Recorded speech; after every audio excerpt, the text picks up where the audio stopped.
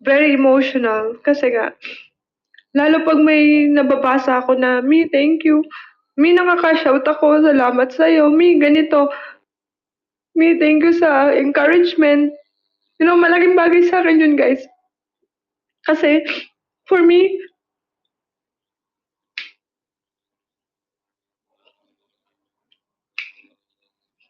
when I get to know when I get to know na it was 2000 and 2013, yung first atake ko sa puso.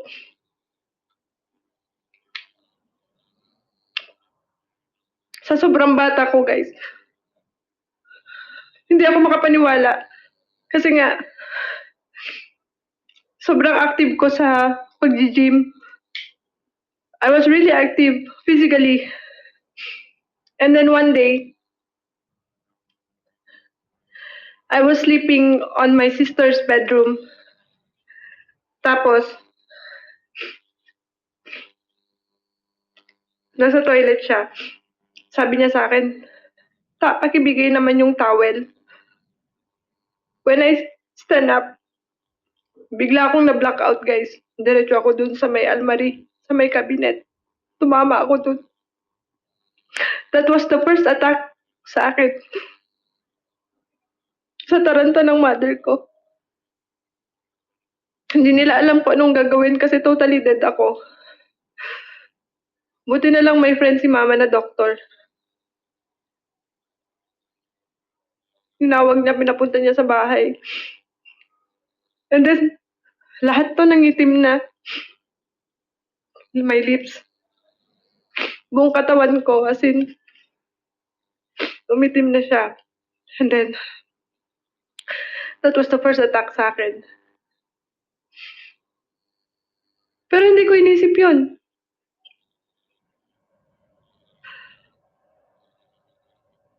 Sabi ko, hindi siguro ma, sabi ko. Pero may findings na. May findings na yung doktor na I have a heart failure. Then, 1 year passed. I was working in a restaurant, Japanese restaurant. Sabi ko, ba't parang sinasakal ako? And then, nagpapalpitate na ako. That was my second attack. Dinala ako ng mga staff ko sa likod. Tinanggalan nila ako ng upper tops. Kasi I was totally blackout na. And then sinugod nila ako sa ospital. Naka-ECG ako lahat. Doon na positive na ako talaga. I have a heart enlargement. So sabi ko, biniro ko pa nga yung lola ko. My mother's mom. Sabi ko, ma, sa lahat ng pinamana mo sa akin, bakit yung sakit mo pa? Kasi she have a heart enlargement din. So, sabi ko, okay na sana sa akin yung maliit na bahay mo ang ipamana mo sa akin. So,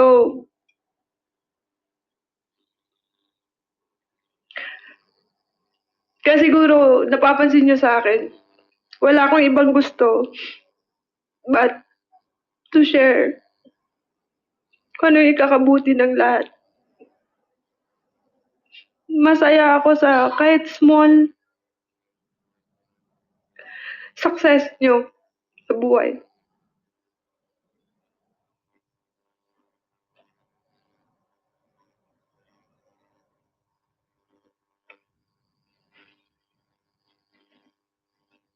Hindi halata, guys. Mga loves no, hindi halata. That I'm going through something. Kasi, you can see me, I'm very strong. Very, very strong. At,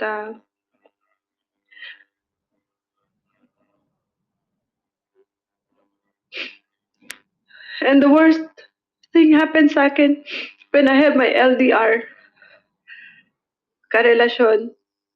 After my 10 years, I have one. A guy. I was totally blacked out. Kasi nga, nalaman kong meron siyang iba. Tapos, sinugod ako sa ospital. Sabi ko sa kapatid ko, no matter what,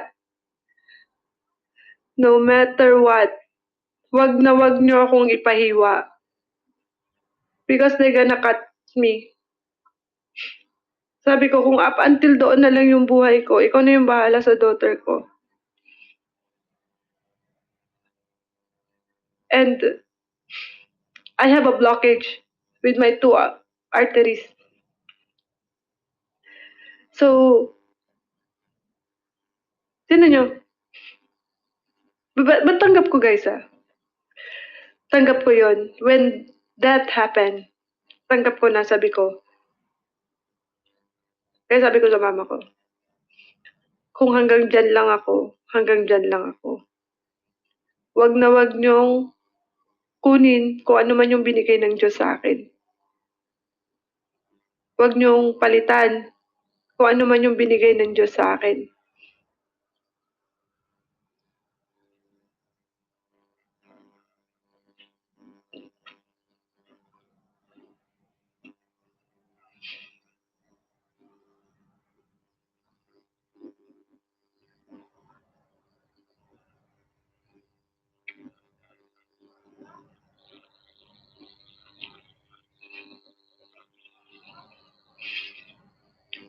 Yes, I'm still with God. Malaki yung paniniwala ko. You know? Kaya minsan, mahirap tayong mahirap tayong, it's not really easy to pretend na masaya ka. You know? It's not really easy to pretend na masaya. Kaya sabi ko sa inyo, a smile is just a smile, but hindi nyo alam the story behind that person. Actually. Thank you, Kuya Cards. Di ba? But for me, hindi ko iniisip yon. Up until meron akong strength, you know? Yes, judgment is only coming from God alone. Yes, totoo yun, Ate Ana. You know? Kaya sabi ko, no matter what, wag niyong tanggalin kung ano yung binigay ng God sa akin. Kung sabihin nila na up until there, doon lang, up until doon lang tayo. No?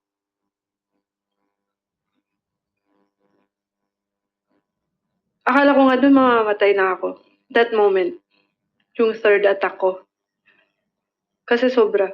As in, 0-0 ako guys. 2 to 3 minutes. Tinatry nila akong i-revive. Kasi nga, I asked my sister na wag akong ipahiwa. Wag akong ipahiwa no matter what. You know?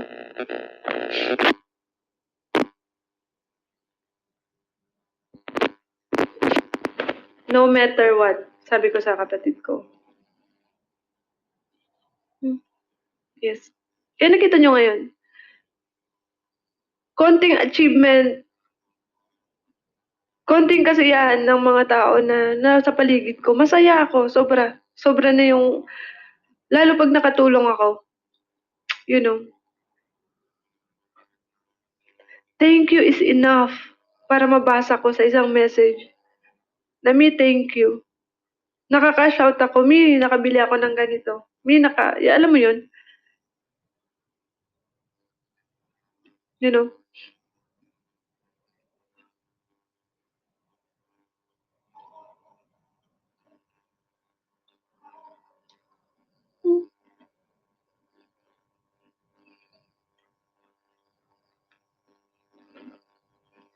So, as long as we are alive, we have to be nice, guys, no? in different ways. Nasa inyo yun. Sabi ko nga, minsan niloloko ko yung sarili ko. Sabi ko, sometimes we have to talk to ourselves, you know. Pwede tayong mag-internalize, guys. Sometimes I always say, siguro kung mawawala ka na, people that have known you will always remember you for your good deeds.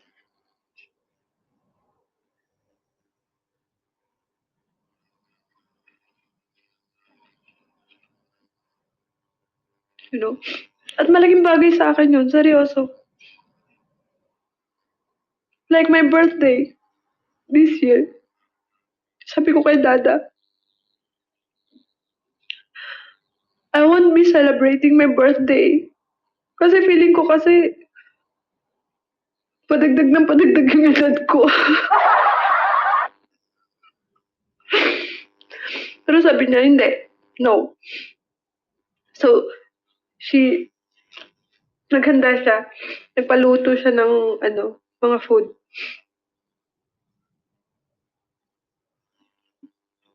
Sabi niya sa akin, I'm thankful, Han, kasi I have spent your birthday again, second birthday, nakasama siya. And then, I'm thankful that you have another year of your life. You know? So, of course, I'm thankful too. You know, mas marami akong friends dito. Rather than, yes, I have my best friend around dito. Pero, hindi ako yung tipo kasi na layasan masyado. You know? Mas gusto ko kasing, mas nakikita ko yung, basta kung ano yung nakikita kong achievement na kinakasaya ng mga tao sa paligid ko. That brings me happiness na. Ang babaw ng kaligayahan pero ang lalim ng meaning, ang lalim ng iniiwan. You know? I'm just thankful, guys. I'm just really thankful na nakikita kong, ayan, masaya kayo. May nararating kayo. Diba? Sabi nga, we are a mutual online friends. But more than that, no, yung treatment.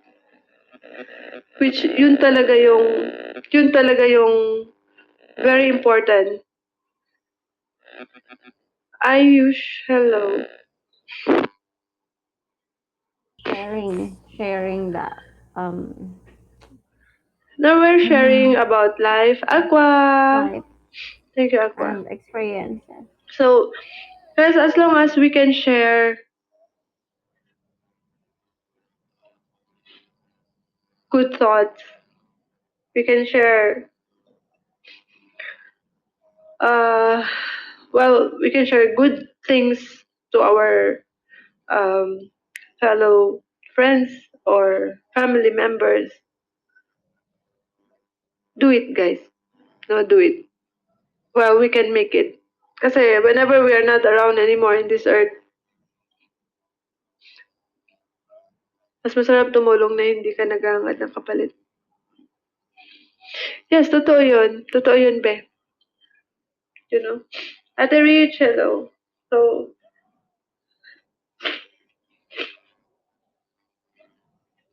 I'm always thankful naman dun sa mga... Thank you, Ayush. I'm always thankful naman. Hey, Kuya Cards. No? You know? Kasi sometimes we forget eh.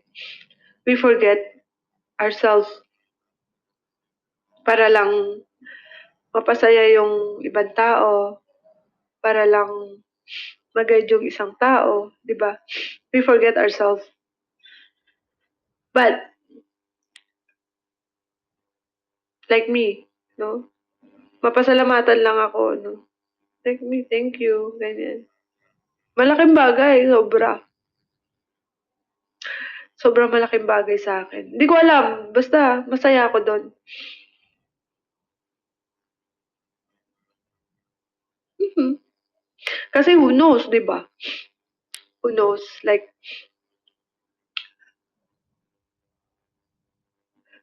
okay tayo ngayon. We're alive. Tumulo sipon ko. Di ba? So, bukas hindi natin alam na wala na pala tayong araw na makikita. Kasi di ba?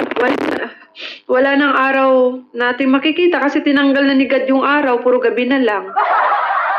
Di ba?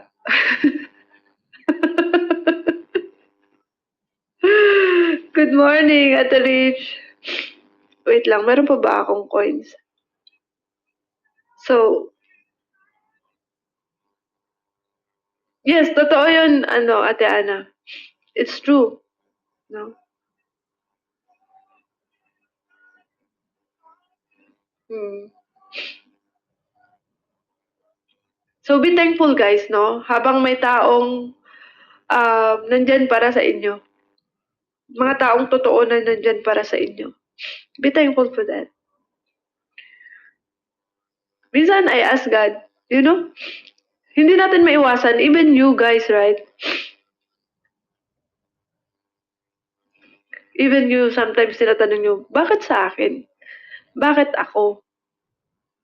Right? Anong maling ginawa ko?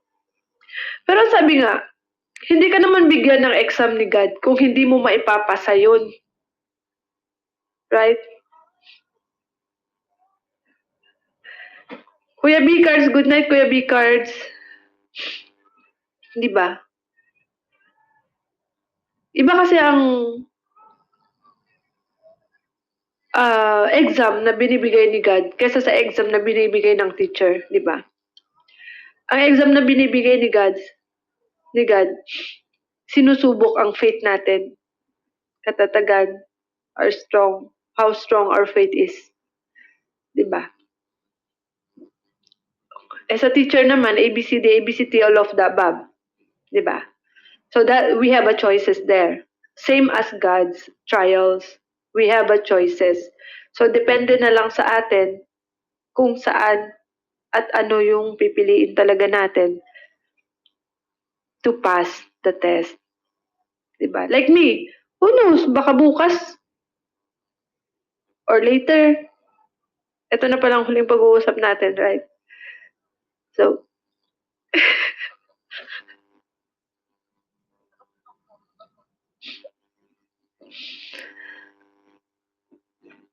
dumadating yan sa, even Dada, sinasabi ko yan sa kanya. Sabi ko, Han, habang totoo akong nagmamahal sa'yo, just love me back. Kasi who knows, baka wala na akong bukas. Kasi my sickness is a traitor. Alam nyo yan, right? That's why kung napapansin nyo, I always, gusto ko masaya lang parate. Right? But syempre, hindi natin pwedeng baliwalain yung mga trials, everyday trials na pinagdadaanan natin. Tama? Kasi it's part of the life. It's part of everyday's life. But for me, yun lang. Just be truthful. Guys, just be truthful to yourself. Kasi yun yung pinaka mabilis magpagaan ng everyday natin.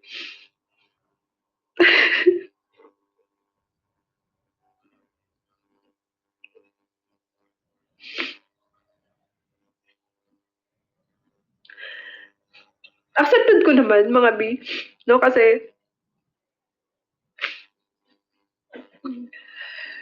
alam yun, my grandfather said nga, sabi niya sa akin, ikaw bata ka, naalala ko pa, sabi niya, ikaw bata ka, strikta ka, pero nakakadala ka ng saya sa iba. Sabi ko, paano yun pa? I was 7 years old. Ganyan. So, he was telling me, kasi palm reader yung grandfather ko. He's a palm reader, guys. Ano siya. And kilala siya sa Cebu talaga na nagpa-palm reading. So, sabi niya sa akin, tata kasi tawag sa akin, no? Kasi I was the first granddaughter sa family. Ako yung pinakauna. Sabi niya, you were strict. You will be strict as a person. Pero, you will bring happiness naman sa iba and encouragement. Sabi ko, paano yun pa? Siyempre bata, di ba? Tapos nung habang lumalaki ako, sabi ko, naalala ko yung sinabi niya sa akin. And then, up until now, guys, up until now, naalala ko pa rin sabi ni Papa sa akin. Sabi niya, you will fail many times, but you will fight for it. Maraming beses din ako nagkamali sa buhay, mga loves. Ate Rich, no? Kasi nga, no one never been perfect. So, no one been ever perfect dito sa mundong to. Kaya, be nice, no? Be positive lang. Ako ba naman, as you can see, parang wala lang sa akin, di ba? Parang wala lang sa akin. Me and Dada knows lang. Whenever na inaatake ako, something yung parang ganun, no? Natatakot din siya.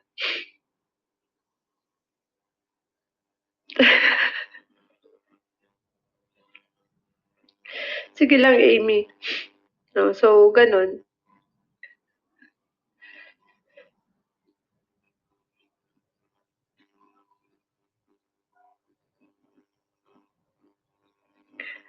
Kaya yung mga nandyan na gusto nang bumitaw,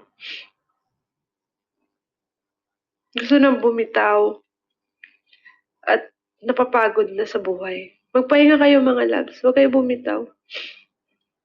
Huwag kayo bumitaw. Ako nga eh. 'Di ba?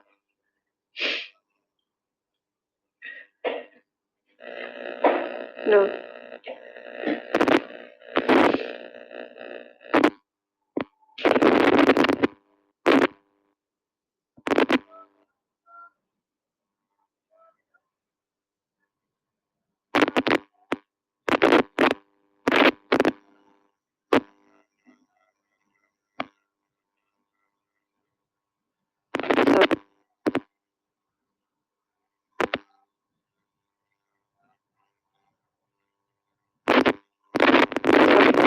So, yan,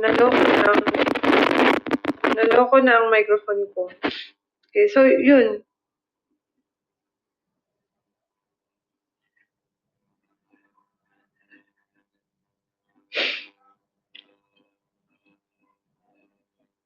There's a time for everything, sabi ko sa Bible. There's time for crying, laughter, etc. Yes, totoo yun, Ate Ana. Totoo yun. Sige, Amy. Thank you, Bebe. So, yun. So, just sharing a piece of my life with you guys, no? Just sharing. Basta sa akin, I'm happy sa mga small achievements, sa mga small help na na-extend ko sa inyong lahat, no? Yes, totoo yun, Cinco. It's true. It's true. Bawal bawal sumuko up until sabihin na ni God, pwede ka nang sumuko. Right?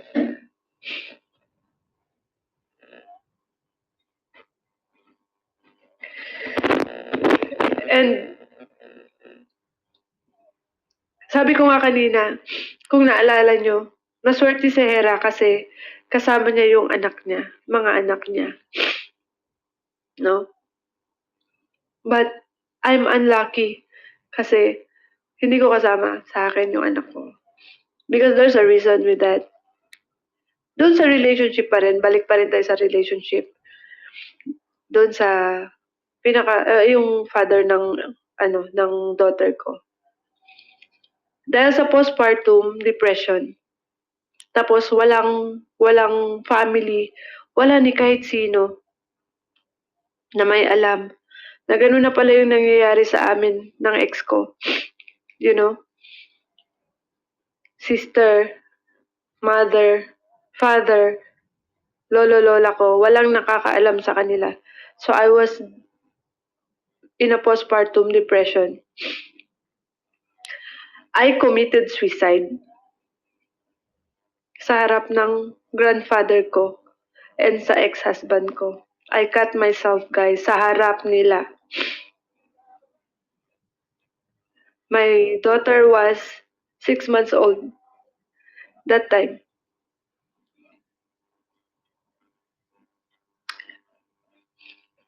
Yes. Kaya hindi ganun kadali para sa akin.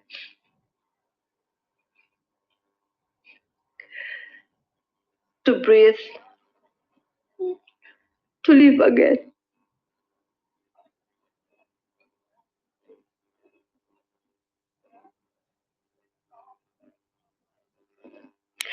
If I see back, kung titingnan ko ulit, I feel the pain kasi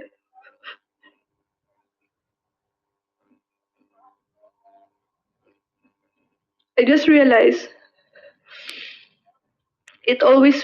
let me realize na mali yung ginawa ko.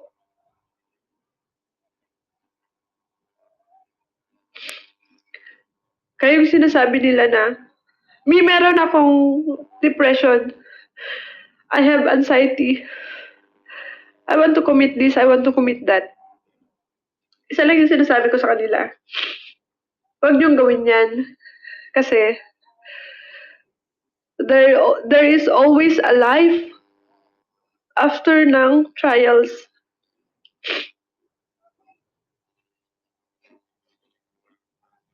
I'm sharing this para dun sa mga nag-under ng depression, under ng anxiety. You know, sometimes, gusto na nating bumitaw.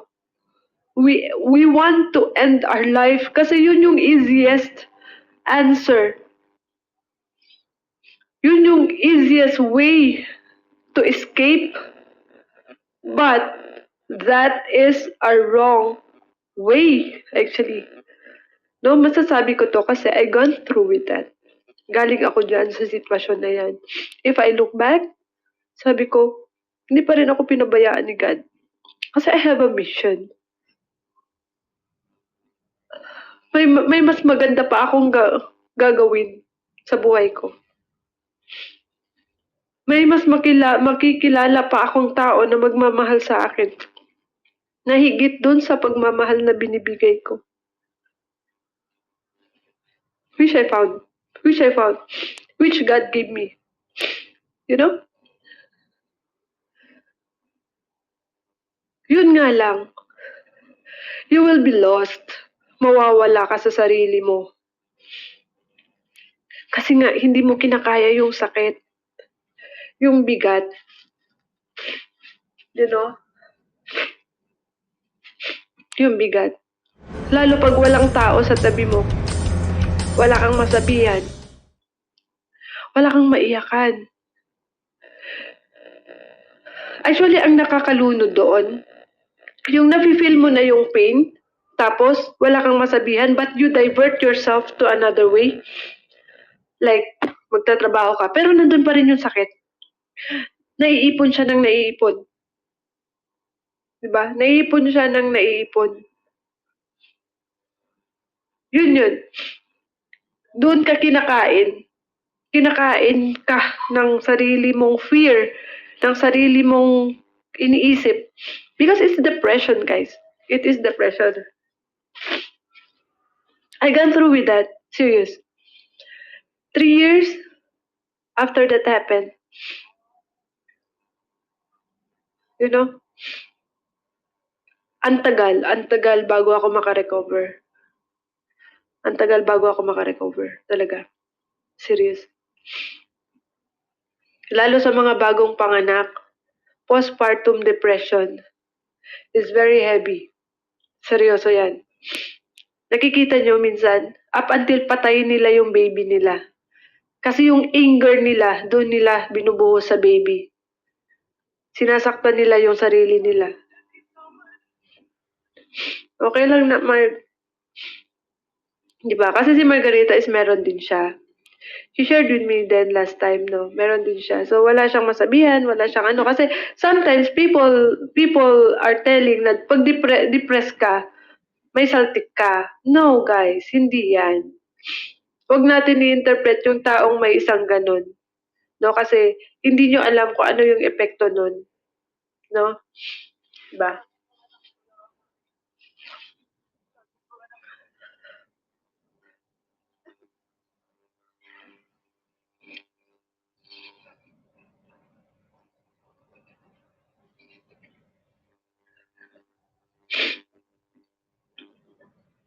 Postpartum depression. See? Postpartum depression ang tawag dyan.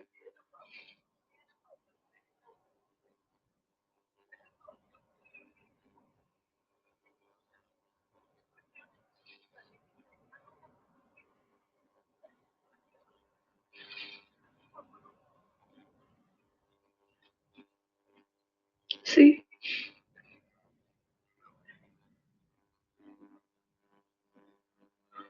Mahirap. Wala kang masabihan.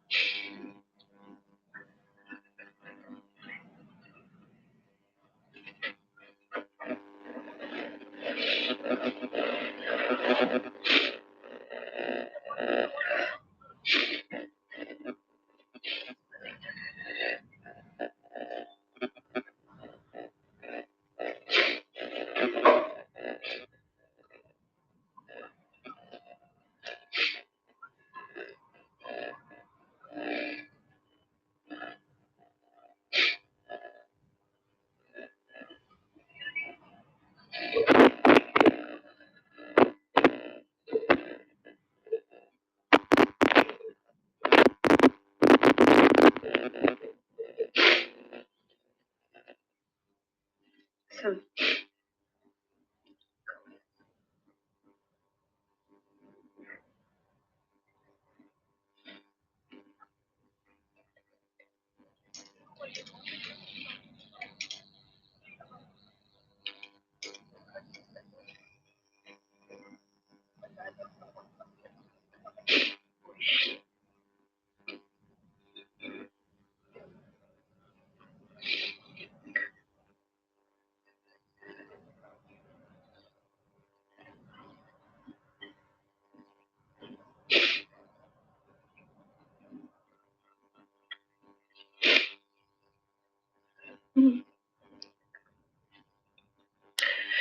Lahat naman tayo mga loves, no, nagiging parents.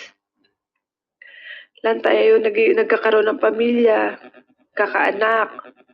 So, like me, I have my daughter. So, wala siya sa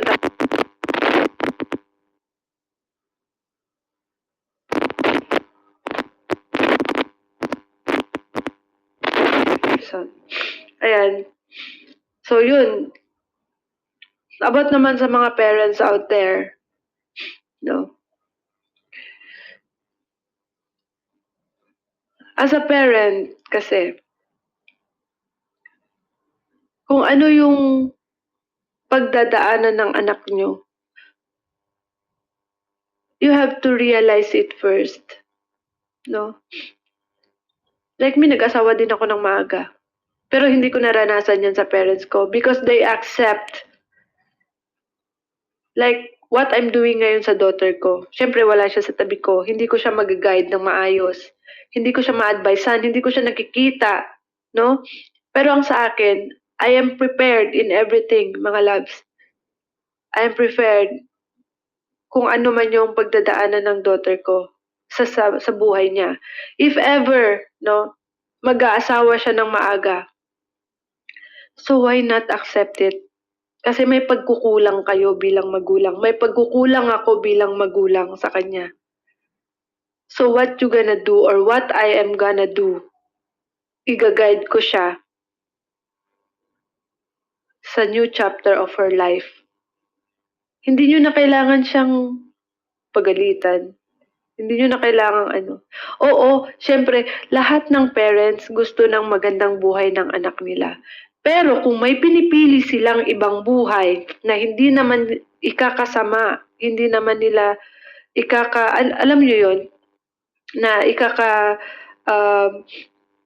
kung maayos naman yung partner, no, na pinipili nila, let them be.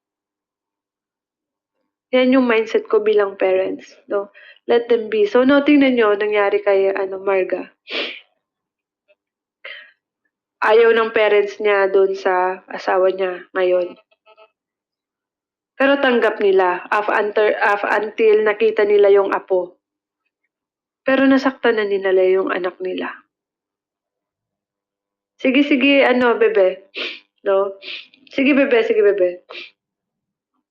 No? Nasaktan na nila yung anak nila. Pero huli na ang lahat. Imbis sa una pa lang, kinausap sana nila. Anong plano mo? Kung ako, tatanungin ko kaagad yung anak ko, anong plano mo? Papakasal kayo? Sigurado ka ba? Papakasal ka? Kasi hindi ako against, no? For me as a parent, hindi ako against sa live-in. Kasi guys, kung ipapakasal mo yung anak mo at mag-separate din naman sila, better not. Better not. Let them be. Let them find kung saan talaga at ano talaga ang gusto nila sa pagpapamilya. Seryoso ako, mga loves. Kasi, as a broken family, as a failed relationship, failed marriage na meron ako, sige, bebe Hera. Failed relationship na meron ako sa first marriage ko. For me, marriage is just a piece of paper. Kung hindi kayo totoo sa isa't isa. Totoo yan. Kahit blessed kayo ng pare, kahit kasal kayo sa civil, if you are not truthful sa pagsasama nyo, if you are not truthful with your partner, if that couple are not truthful by themselves, hindi pa rin mag-work out. And they will not have the blessings from God. Diba? For better or for worse, pero may kinakantot ng iba. Diba? For better or for worse, ilibing kaya kita sa ilalim ng bahay natin. Diba? pinahiya niyo lang ang sarili niyo. Kaya for me as a parent, tatanungin ko yung anak ko kasi mine is female, babae. Sigurado ka bang magpakasal ka? Hindi ko sasabihin magpakasal kayo. Magpakasal kayo kasi babae sa akin. No. Tatanungin ko yung anak ko, sigurado ka bang magpapakasal ka? All her choice, bibigay ko lahat. You decide yourself. Kasi gusto mo yan eh. Nandito ako para i-guide ka. You want wisdom? You ask from me. I will tell you. Ganyan ako sa anak ko. We are very open. Very matured ako makipag-usap sa kanya. Kasi sometimes guys, no, as a parent, lagi nating sinasabi, huwag kang magjowa, huwag kang manigarilyo, huwag kang huwag kang mag-uminom. You know what? My daughter is living in, sino mga waray dito? Sino ang mga waray dito? Sino ang taga-Samar dito?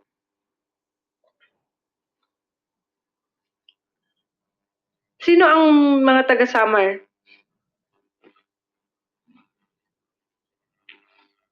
Okay. As we know, mga taga-Samar is mahilig talaga silang uminom. 'Di ba, Ate Ana? Yan. Taga-Samar, taga Leyte ako. Okay, mahilig talaga. Part ng doon sa mga sa Leyte na yan, mahilig silang uminom. So, never ko sinabi sa anak ko, no, na wag kang uminom, wag kang manigarilyo. Kasi nga, environment, guys. Yung mga nakikita niya. Pero sinasabi ko lang, na tinanong ko siya. Sabi ko, nak, umiinom ka na, no? Ginanon ko siya. Sabi niya, hindi mo. Sabi ko, wag ka na magtago sa akin. Much better, sabihin mo sa akin, ma, uminom ako. Mas gusto ko yan. Let me know. Ma, naninigarilyo ako. Kasi ako, I'm a smoker din last time. Pero I stopped. Okay, my mom din is a chain smoker din yung mother ko, but she stopped. Kasi may masamang epekto sa sa voice niya. Kasi she's a singer. So, she stopped. Yun yung gusto ko. You know, parent relationship, guys. Hindi sa tinuturuan nyo ng masama yung kids nyo. Tuturuan natin sila na hindi magtago, na hindi magsinungaling. Yes. Tapos tinatanong ko siya, kasi medyo boyish yung anak ko. Medyo may pagka, basta galawang lalaki siya. So sabi ko sa kanya, may jowa ka na siguro, nak, no? I always tell like that, no? Hindi ko siya ginajudge. Lagi ko siyang, gusto kong magsabi siya sa akin. Kasi nga, malayo nga kami. Hindi ko siya kasama. So I want her to be, I want me to be her friend. Gusto ko yun. Diba? Mas gusto ko yung, mas magaan yung communication. Mas magaan yung communication as a mother and daughter. Kasi lalo malayo kami sa isa't isa. Lagi ko sinasabi, sabi ko, naku, wala naman problema mag-boyfriend ka. Sabi niya, ayoko, Mi. Sabi niya, ayoko muna, Mi. Sabi ko, siguro kung hindi lalaki ang boyfriend mo, girlfriend. Ginaganon ko siya kasi medyo boyish nga siya. Medyo boyish talaga yung daughter ko. So, yon. So, sabi niya, hindi. Pero alam kong nahihiya siya magsabi. But, nandoon na yung comfort, no? Nandoon na yung, ay, pag sinabi ko pala kay mami, hindi pala siya magagalit sa akin. Alam mo yun, nandoon na yung assurance na sasabihin ko sa kanya one day. Not now, pero one day. You know, guys, like me sa mother ko, unang karelasyon ko,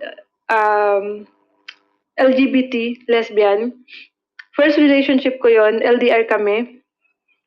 Pinakilala ko sa kanya. Wala siyang reaction. Ang sabi lang niya, okay. Sabi niya, alam ko namang bakla ka. Sabi niya sa akin, dati ko pang alam bakla ka.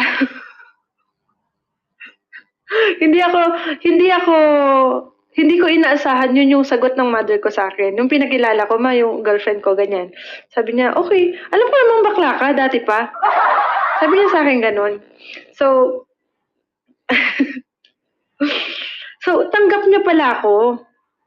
So parents know, mothers know kung ano yung klaseng pagkatao meron ng isang anak niya. Kasi ano din kami, kumbaga hindi din ako lumaki sa side ng mom ko. Sa grandparents ako lumaki. So yun 'no. So ngayon, after nag-separate kami nung first lesbian na ano ko, girlfriend, I have a second girlfriend, si Dada na nga. So pinakilala ko sa kanya, sa mother ko. Sabi niya, ang sabi lang niya kay Dada, "Ingatan mo yung anak ko kasi medyo maldita yan." Charot lang, hindi. Sabi niya, "Ingatan, ingatan."